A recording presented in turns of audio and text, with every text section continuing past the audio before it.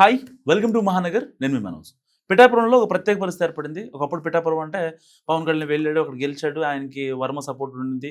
So ఇవన్నీ ఆ ఊహాగానాలు ఇప్పుడు లేవు. ఇప్పుడు అక్కడ పరిస్థితి మొత్తం మారిపోయింది. సో జనసేన వర్సెస్ టీడీపీ లాగా మారింది. ఎందుకంటే నాగబాబు చేసిన వ్యాఖ్యలతో పిఠాపురంలో ఒక రకమైన ఘర్షణ పరిస్థితులు ఏర్పడ్డాయి. సో రీసెంట్గా నాగబాబు వెళ్ళినప్పుడు కూడా అక్కడ టీడీపీ కార్యకర్తలు కావచ్చు కొంచెం ఇబ్బంది పడ్డారు. ఆయనకి ఎదురుదెబ్బ తగిలింది అనుకోవచ్చు. సో ఇలాంటి నేపథ్యంలో అసలు ఎవరు కరెక్ట్, ఎవరు రాంగ్ అనేదాన్ని చెప్పడానికి మనతో పాటు లలిత్ కుమార్ గారు ఉన్నారు. ఆయనతో మాట్లాడదాం. నమస్కారం అన్న. నమస్తే మనోజ్. ఎలా ఉన్నారన్న? బాగున్నా. ఏంటి అసలు ఎవరు తప్పు అంటారన్న? నాగబాబు తప్పు అంటారా, ప్రోత్సహించిన పవన్ తప్ప, లేకపోతే పడ్డ వర్మ తప్ప?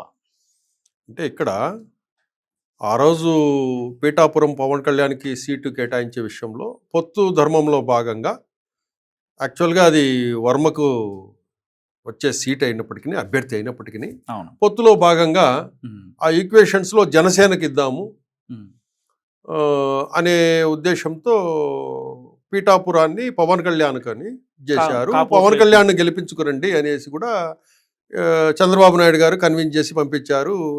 ఇద్దరు కలిసేశారు. ఒకే వేదిక మీద పవన్ కళ్యాణ్ గారు నా గెలుపును మీ చేతిలో పెడుతున్న వర్మ గారు అనేసి పబ్లిక్ మీటింగ్లోనే చెప్పుకున్నారు. ఏమి అంతవరకు బాగుంది, ఏదో కష్టపడ్డారు, మంచి మెజారిటీ వచ్చింది. వచ్చేసిన తర్వాత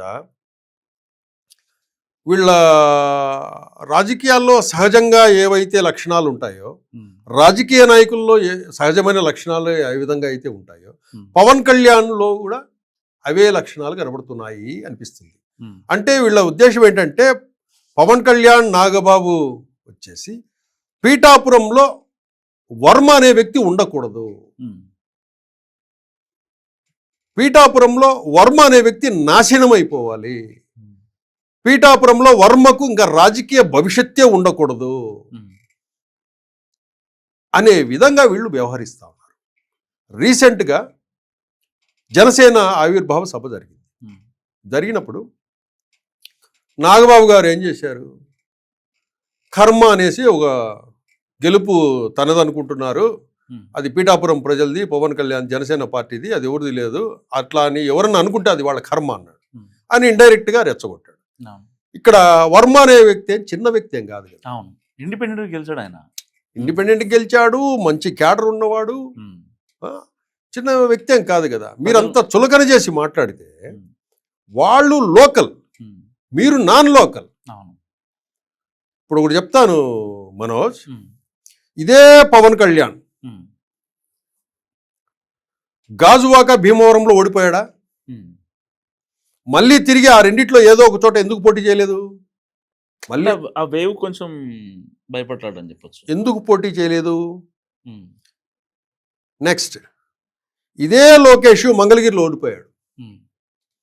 ఇదే లోకేష్ మళ్ళీ మంగళగిరిలోనే పట్టుబట్టి పోటీ చేసి గెలిచాడు, మంత్రి అయ్యాడు. లోకేష్కి అది ఓన్ ప్లేస్ కూడా కాదు, ఓన్ ప్లేస్ కాదు, ఓడించిన అక్కడే పోటీ చేసి గెలిచాడు. నీకెందుకు ఆ ధైర్యం లేకుండా పోయింది పవన్ కళ్యాణ్కి? ఎందుకు గాజువాకలో పోటీ చేయలేకపోయావు? ఎందుకు భీమవరంలో పోటీ చేయలేకపోయావు? పరిగెత్తుకుంటా పీఠాపురం ఎందుకు వెళ్ళావు? లోకేష్కు ఉన్నంత దమ్ము కూడా మీకు లేదా? లోకేష్కు ఉన్నంత ధైర్యము ఓడిపోయిన చోటే మళ్ళీ నిలబడి గెలిచాడే మంచి బ్రహ్మాండమైన మెజారిటీతో. మీకెందుకు ఆ ధైర్యం లేకుండా పోయింది? గాజువాకలో గెలుద్దామనో లేకపోతే భీమవరంలో గెలుద్దామనో పోటీ చేసి ఎందుకు అనిపించాలి? పీఠాపురం పరిగెత్తుకుంటూ పోయేసి ఆ వర్మకి ఇచ్చే సీటు లాక్కొని ఈరోజు వర్మ అనేవాడే ఉండకూడదనేసి మీ ప్రయత్నం చేస్తా అంటే ఇది న్యాయమా ధర్మమా ఒకసారి ఆలోచించండి. ఇదే పవన్ కళ్యాణ్ గారు ఇన్ని మాటలు మాట్లాడతారు కదా, మీరు పీఠాపురం కాకుండా పులివెందుల్లో పోటీ చేసి గెలిచింటే ఎస్ పవన్ కళ్యాణ్ కింగ్రా, పులివెందులో జగన్మోహన్ రెడ్డి మీద పోటీ చేసి గెలిచాడు అనే ఉండేది. పరిగెత్తుకుంటా పీఠాపురం పోయారు, మీ పాత కాన్స్టిట్యూషన్స్ కూడా వదిలేసి. ఆ విషయానికి వస్తే ఇక్కడ లోకేష్ గ్రేటా పవన్ కళ్యాణ్ గ్రేటా? లోకేష్ గ్రేట్ అవుతాడు. ఈరోజు నిన్ను గెలిపించిన వ్యక్తిని లేకుండా చేయాలను, రాజకీయంగా చంపేయాలను, అతను ఊసే లేకుండా చేయాలను నాగబాబు గారు మీరు ప్రయత్నించడం సమంజసమేనా? అది ఒకసారి ఆలోచించుకోవాలి. రాబోయే రోజుల్లో దీన్ని ఎట్లా ట్యాకిల్ చేస్తాడు చంద్రబాబు నాయుడు గారు అనేది చూడాలి. ఇదే ఈ మెసేజ్ ఎలా వెళ్తుందంటే రాష్ట్ర వ్యాప్తంగా ఇంపాక్ట్ చూపుతుంది టీడీపీలో. రేపు వర్మకు ఏ అన్యాయం జరిగినా అదొక ఎగ్జాంపుల్గా మిగతా క్యాడర్ కూడా వెళ్ళిపోద్ది టీడీపీలో. చంద్రబాబు నాయుడు గారు దీన్ని ఎట్లా డీల్ చేస్తారు, నాగబాబుని ఎట్లా కంట్రోల్ చేస్తారు, అసలు నాగబాబు గారు ఎంట్రీ లేకుండా చేస్తే సరిపోద్దండి అక్కడ. నాగబాబు ఆయన వల్లనే సమస్యలన్నీ. కాబట్టి ఫస్ట్ చేయాల్సింది నాగబాబు గారిని ఆ నియోజకవర్గానికి వెళ్లకుండా తర్వాత ఆయనకు పార్టీ ఇవ్వాలి. ఆయన పిలవకుండా కార్యక్రమాలు చేస్తారండి, తప్పు కదా. కూటమిలో కీలకమైన వ్యక్తి పీఠాపురంలో ప్రోటోకాల్ పాటించాలి కదా. ఆయన్ను పిలవకుండా వీళ్ళే కార్యక్రమాలు చేస్తారు అంటే వీళ్ళు నెగ్లిజెన్సీ. వర్మ అనే అతను ఎవరో, వర్మ సొంతూరు, మీరు బయట నుంచి వచ్చారు, అంతే కదా. మీరు మళ్ళీ ఒకవేళ అక్కడ ఉంటారో ఉండేది కూడా నమ్మకం లే. మీరు ఒకవేళ ఓడిపోయారు అనుకోండి మళ్ళీ జెండా ఎత్తుకొని వచ్చేస్తారు. కానీ వర్మ అనేవాడు పర్మనెంట్గా ఉంటాడు అక్కడ. నెక్స్ట్ 5 ఏళ్లకు మీరు పీఠాపురంలో ఉంటారని గ్యారంటీ అంటే పవన్ కళ్యాణ్. రేపు పీఠాపురంలో ఏదైనా ఓడిపోతారని సర్వే రిపోర్ట్ వస్తే కనుక మళ్ళీ జెండా పీకేసుకుని వచ్చి ఇంకో చోట జెండా పారుతారు. గ్యారంటీ లేదు కదా.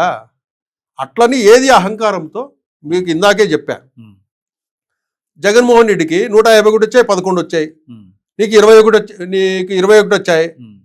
రేపు 21లో ఎన్ని వస్తాయి గ్యారంటీ ఉందా? లేదు కదా.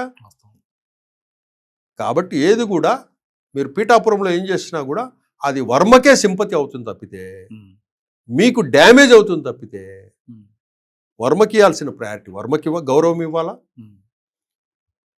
పవన్ కళ్యాణ్ ఊర్లో లేనప్పుడు ఎవరు రాజకీయంగా వ్యవహారాలు చూసుకోవాల్సింది? కూటమి వర్మనే ఉంటాడు కదా, ఆయనకి ఆ ప్రయారిటీ ఇవ్వాలి కదా. ఒక ఎమ్మెల్యే స్థాయి వ్యక్తి కదా, మాజీ ఎమ్మెల్యే కదా. అటువంటి వ్యక్తిని మీరు కిల్ చేయాలి, రాజకీయంగా కిల్ చేయాలని మీ అన్నదమ్ములు ప్రయత్నించడం ఎంతవరకు ధర్మం చెప్పండి మనోజ్. కాబట్టి సమాజం చూస్తుంది, ఒక్కొక్కటి అన్నీ చూస్తూ వస్తారు. ఫలితం ఏ విధంగా ఉంటుందనేది నెక్స్ట్ ఎలక్షన్స్కి 29 ఎలక్షన్స్కి అంతా మళ్ళీ తెలిసిపోద్ది. అప్పటి వరకు మనం వెయిట్ చేయాలి. ఓకే, థ్యాంక్స్ అన్న. సో ఇది లలిత్ కుమార్ గారి అనాలిసిస్. చూస్తూనే ఉండండి మహానగర్.